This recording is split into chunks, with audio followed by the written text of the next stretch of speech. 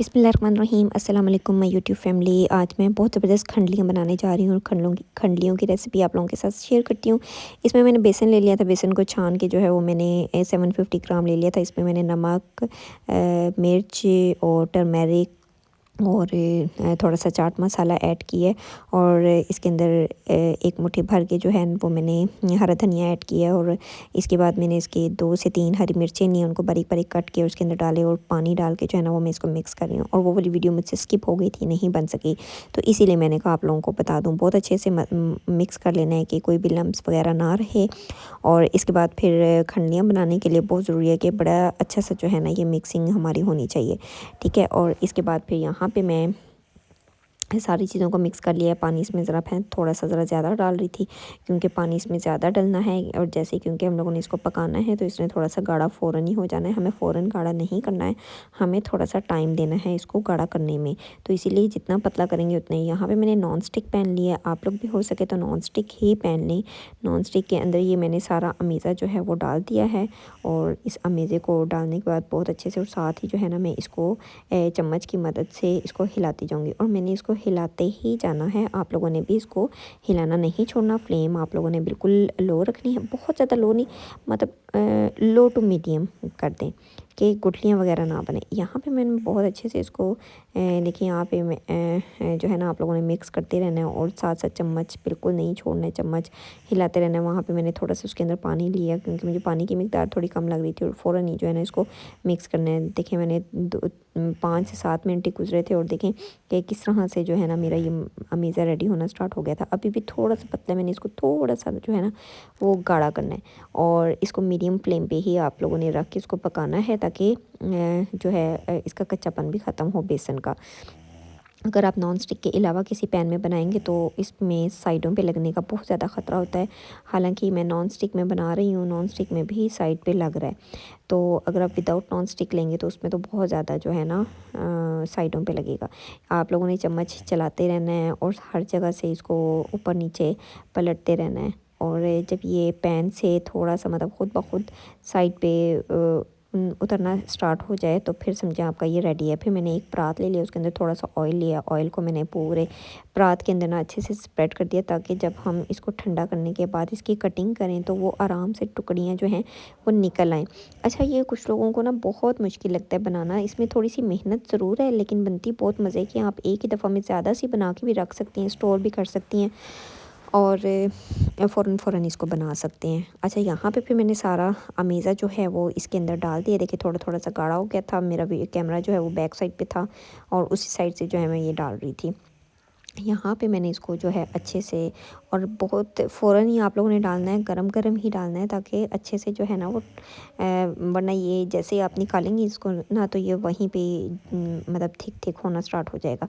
फिर मैंने चम्मच की मदद से इसको पहले सारा इकट्ठा किया और मुझे ज़्यादा लग रहा था कि मोटा ना बने ज़्यादा, तो इसीलिए मैंने थोड़ा सा ना निकाल के दूसरी परात में रख दिया, मतलब क्या उसे कहते हैं, ट्रे में रख दिया था, ठीक है। और इसको फिर मैं अच्छे से फैला रही थी। फैलाने के बाद यहाँ पे मुझे ज़्यादा लगा तो मैंने फिर इसको निकाल के थोड़ा सा अलग कर दिया। फिर मैंने हाथ के ऊपर थोड़ा सा ऑयल लिया है और अपने हाथों से भी आप इसको प्रेस कर सकती हैं। मैंने अपने हाथों पे थोड़ा ऑयल लगाया। ऑयल लगाने के बाद इसको अच्छे से जो है ना वो दोनों प्रेस कर दिए ताकि बिल्कुल बराबर हमारा हर चीज़ जो है ना वो अच्छे से बन जाए। अच्छा, उसके बाद फिर मैंने इसी तरह से वो जो अलग से ट्रे में निकाला था उस ट्रे वाले को भी मैंने नीचे ऑयल लगा लिया था और इसको भी मैं हाथों की मदद से जो है ना वो फ्लैट कर दूँगी। हाथों की मदद से मैंने इसको अच्छे से फ्लैट किया। फ्लैट करने के बाद उसको थपथपा दिया और इसके बाद जब मैंने इसको तकरीबन 10 से 15 मिनट के लिए ना फ्रिज में रख दिया था। सर्दियों में ज़रा अच्छे से बन जाता है। फिर मैंने इसकी जो है वो टुकड़ियाँ सी बना ली थी और टुकड़ियाँ किस तरह बनाई थी, इस तरह से आप लोगों ने छुरी लेनी है, छुरी से इसको कट लगा लेना है। जितना भी आप मोटा रखना चाहती हैं, लंबा रखना चाहती हैं या जैसा भी आप रखना चाहती हैं उस हिसाब से आपने इसकी टुकड़ियाँ बना लेनी है। और यहाँ पे फिर मेरे हस्बैंड साथ मेरी हेल्प कर रहे थे, उन्होंने इस तरह से टुकड़ियाँ बनाई और इस तरह से फिर मैंने निकाली। बहुत आराम से निकल रही थी, बहुत अच्छी मतलब फिक्स हो गई थी आपस में और देखने में भी लुक्स बड़ी प्यारी सी आ रही थी, बड़ी अच्छी सी आ रही थी। और इसके बाद फिर अगर आप चाहें तो इनको डायरेक्ट भी डाल सकते हैं लेकिन मैंने कभी भी डायरेक्ट नहीं डाली, मैं हमेशा फ्राई करके डालती हूँ ताकि हमारी जो है ना वो चीज़ मज़े की बने। और यहाँ पे फिर मैंने इसको कट किया, थोड़ा सा तिरछी तिरछी फॉर्म में ले गई, ये पतली सी थी तो ये मैंने ना स्नैक्स के लिए रख लिया, स्नैक टाइम के लिए, मतलब शाम की जब चाय वगैरह बनाते हैं तो उसके साथ जो है ना, उसके लिए फिर मैंने ये बारीक बारीक सी के चलें वैसे ही खा लेंगे। वो वाला जो था ट्रे वाला परात वाला, वो सालन के लिए बनाई थी, और फिर ये वाला मैंने शाम की चाय के साथ मेरा 2 in 1 काम हो गया था।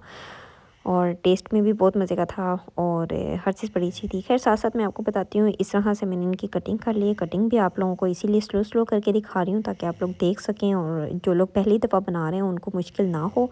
और इस तरह से टुकड़ियाँ काट ली। अगर आप इस रेसिपी से बनाएंगे ना तो इंशाल्लाह बहुत मज़े की, बहुत टेस्टी, बहुत ही मज़ा आएगा आप लोगों को ना।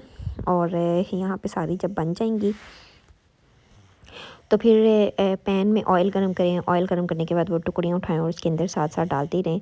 और मैंने इसी तरह से किया, साथ साथ डाली। और देखें ऑयल बहुत अच्छे से हमारा गर्म होना चाहिए, और लो टू मीडियम फ्लेम पे ही इसको फिर रखना है। पहले हाई फ्लेम पे आप इसको गर्म कर लें, फिर लो टू मीडियम फ्लेम कर लें, और फिर उसके बाद ज़्यादा सारी ये टुकड़ियाँ डाल के, खंडलियाँ डाल के इनको अच्छे से फ्राई कर लें। और फ्राई करने के बाद इसको बहुत अच्छे से निचोड़ के निकाल लें। यहाँ पे देखिए कितनी मज़े की लग रही थी, मैंने चाय के साथ खाई, बहुत मज़ा आया। फिर साथ ही जो मेरा वही वाला उसमें से ऑयल लिया और उसके अंदर एक प्याज जो है वो ऐड किया। एक प्याज को डालने के बाद इसको हल्का सा सौते किया, मतलब बहुत ज़्यादा बहुत गोल्डन नहीं करना। मैं कोई भी खाना इस तरह का बनाती हूँ ना तो प्याज़ों को बहुत ज़्यादा गोल्डन नहीं करती हूँ। यहाँ पे मैंने बिल्कुल लाइट सा गोल्डन किया, और साथ ही मैंने ना इसके अंदर लहसुन पाउडर, सॉरी अदरक पाउडर जो था वो ऐड कर दिया। अदरक पाउडर डालने के बाद मैंने इसको फ्राई किया।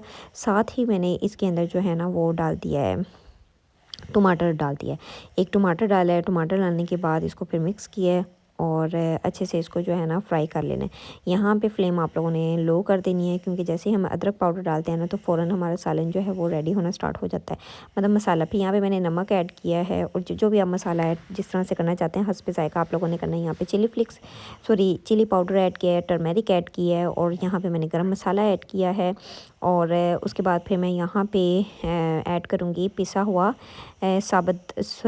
धनिया, जो सूखा पिसा हुआ धनिया होता है उसके 2 टेबलस्पून जो है ना 2 टीस्पून ऐड करके इसको मिक्स कर दूँगी। ये सारे मसाले आपने ना टेस्ट टू अकॉर्डिंग ऐड करने हैं, और इसके बाद इसको मिक्स कर लेना बहुत अच्छे से। जब ये मिक्स हो जाए और फिर इनको एक अलग से बाउल में निकालना है इसको, ताकि हम लोग ना ग्राइंड कर सकें। यहाँ पे फिर जो साइडों पे मेरा लगा हुआ था ना पैन की वो वाला खंडवियों वाला मसाला, वो मैंने सारा इसके अंदर डाल दिया, क्योंकि हमें थोड़ी थिकनेस भी चाहिए होती है, वो इसके अंदर डाला। और इसके अंदर साथ ही मैं डालूँगी दही। ठीक है, दही के मैंने यहाँ पे 2 से 3 चम्मच जो हैं वो ले लिए हैं, और दही के अंदर मैंने थोड़ा सा पानी ऐड किया था और मिक्स करके वो इसके अंदर डाल दिया, और उसको फिर मैंने ग्राइंड कर लिया। ग्राइंड करने के बाद हमारा ना कुछ इस फॉर्म में आता है, वो थिक हो गया था, जो कि मुश्किल से निकल रहा था। फिर यहाँ मैंने चम्मच की मदद से जो है वो सारा इस तरह से निकाल लिया है, इसको फ्राई किया है। और जब बहुत अच्छे से फ्राई हो जाएगा, यहाँ पे ना तकरीबन 5 से 7 मिनट लगेंगे फ्राई होने में। मसाला जब फ्राई हो जाएगा तो फिर आप लोगों ने इसके अंदर डाल देना है पानी। जितना पानी आप लोगों ने मतलब शोरबा जितना रखना है उस हिसाब से पानी डालना है। यहाँ पे मेरा पीला पीला सा था।